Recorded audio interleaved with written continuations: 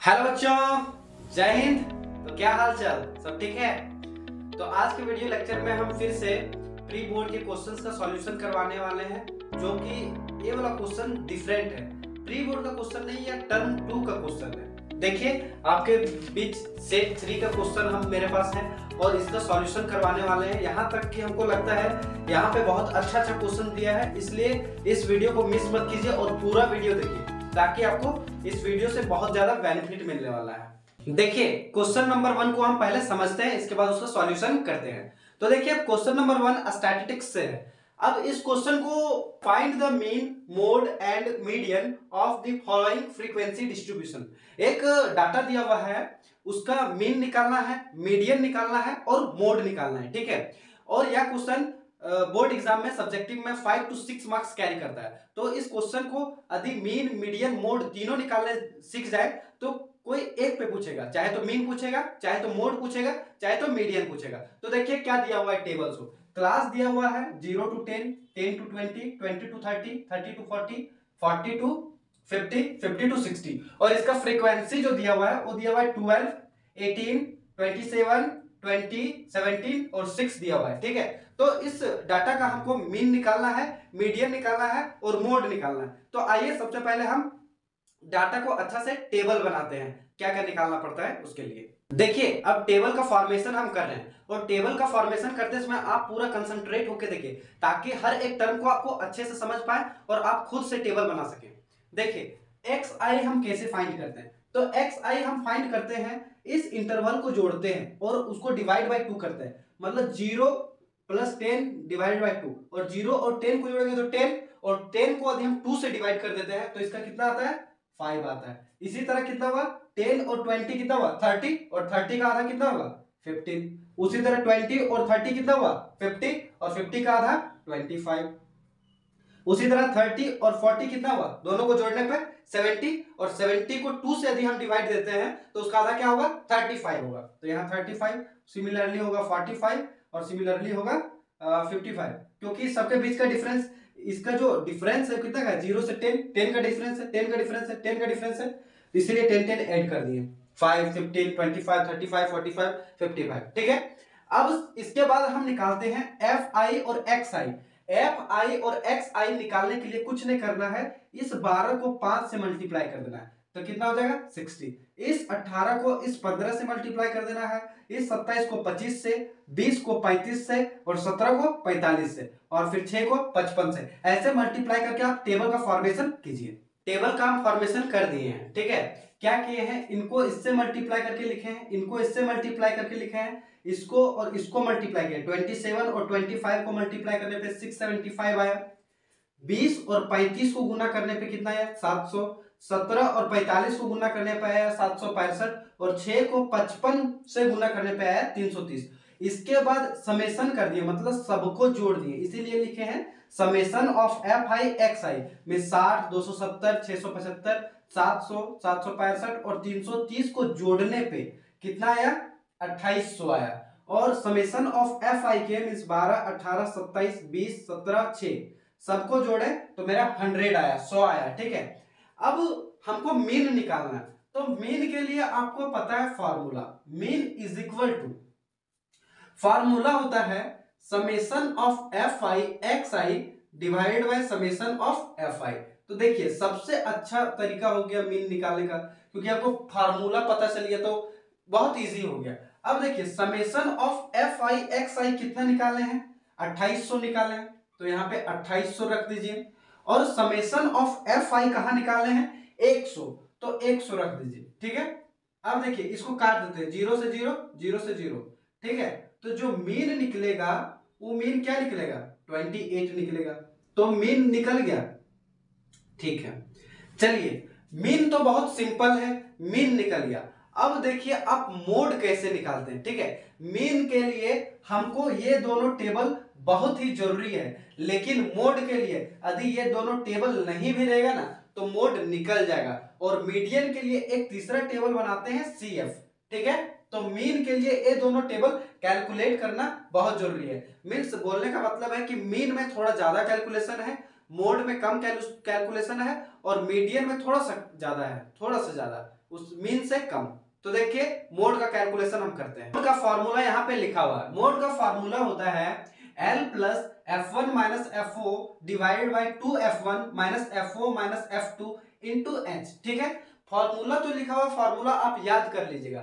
लेकिन F1 हम बोलेंगे किसको? इस टेबल में। F2 हम बोलेंगे किसको? इस टेबल में। F0 हम बोलेंगे किसको? इस टेबल में। H किसको बोलेंगे? L क्या होगा? ठीक है, तो सबसे पहले आप F1 को सेलेक्ट कीजिए। किसको सेलेक्ट करेंगे?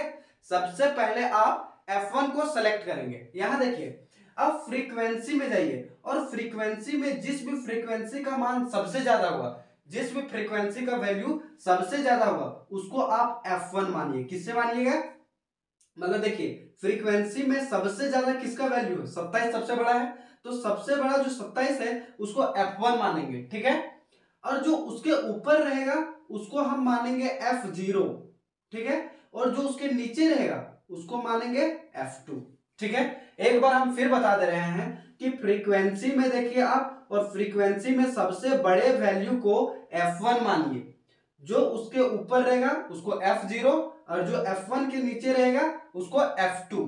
ठीक है, अब देखिए इसी के क्लास इंटरवल में जाइए, इस क्लास इंटरवल में, और इस क्लास इंटरवल में जाने के बाद लोअर लिमिट को देखिए। इसमें लोअर लिमिट कौन है? सबसे कम 20, तो इसका वैल्यू हो गया, L का वैल्यू हो गया 20।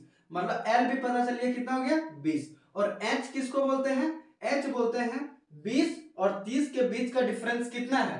तो 10 का डिफरेंस है, तो इसी को बोलते हैं हम H। ठीक है, तो L भी पता चल गया, F0 भी पता चल गया, F1 भी पता चल गया, F2 भी पता चल गया, और H भी पता चल गया।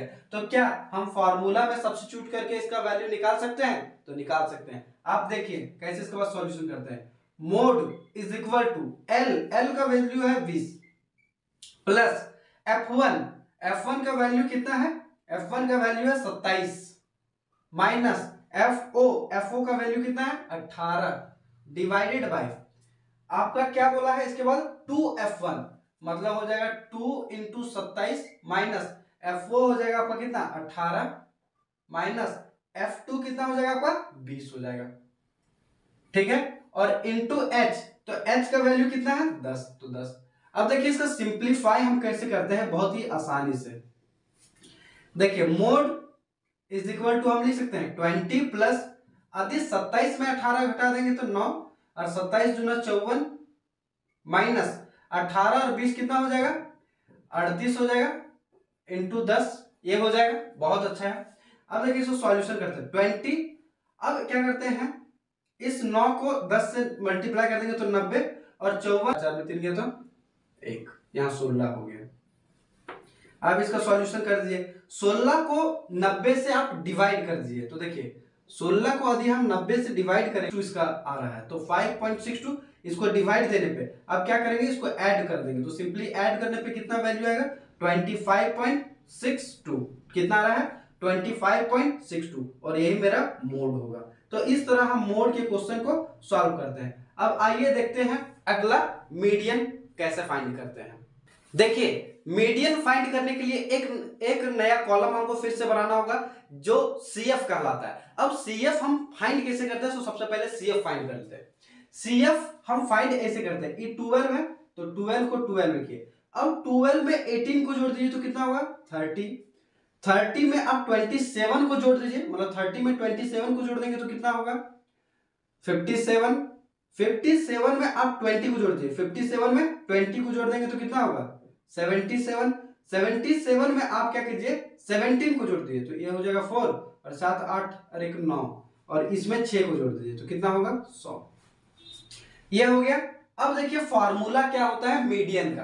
तो मीडियन का जो मेरा फार्मूला होता है वो बहुत ही आसान फार्मूला है। ये होता है n/2, ये बड़ा N होता है, capital N, n/2 minus CF divide by F1, और यहाँ L होता है L प्लस इंटू H। ठीक है, यह फार्मूला होता है। और आपको पता होगा कि समेशन Fi को हम n से भी डिनोट करते हैं। ठीक है, तो और आपको पता है कि F1 इसमें कौन सा है?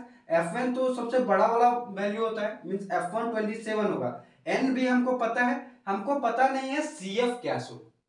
L भी पता है, L क्या होगा? 20 होगा, और H क्या होगा? L हमको पता है 20, एच भी पता है 10 और एन पता है 100, ठीक है। हमको सी एफ नहीं पता है, तो सी एफ फाइंड करने के लिए आप बढ़िया से देखिए कैसे फाइंड करते हैं सी एफ।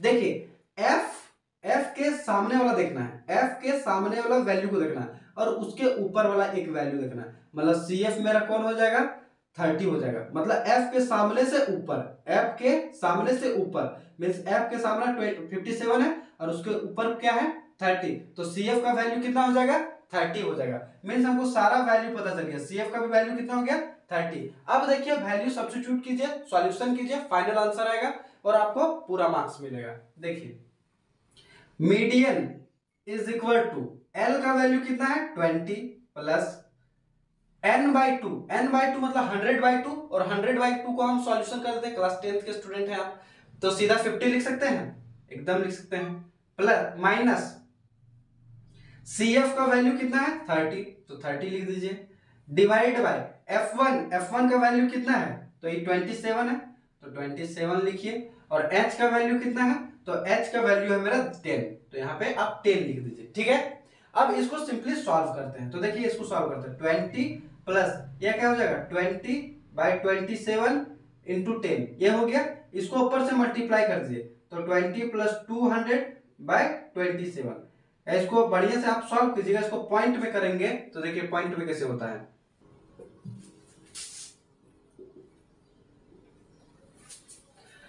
आप देख सकते हैं हम यहां कैलकुलेट कर लिए हैं, 27 को यदि हम 200 से डिवाइड देंगे तो पॉइंट में 4.4 आएगा और 4.4 को क्या कीजिए 20 से ऐड कर दीजिए तो कितना हो जाएगा 24.4 आंसर हो जाएगा इसका। और इस तरह क्या करते हैं हम किसी भी गिवन डाटा को मतलब ग्रुप डाटा को में हम मीन मीडियन मोड बहुत ही आसानी से फाइंड कर लेते हैं।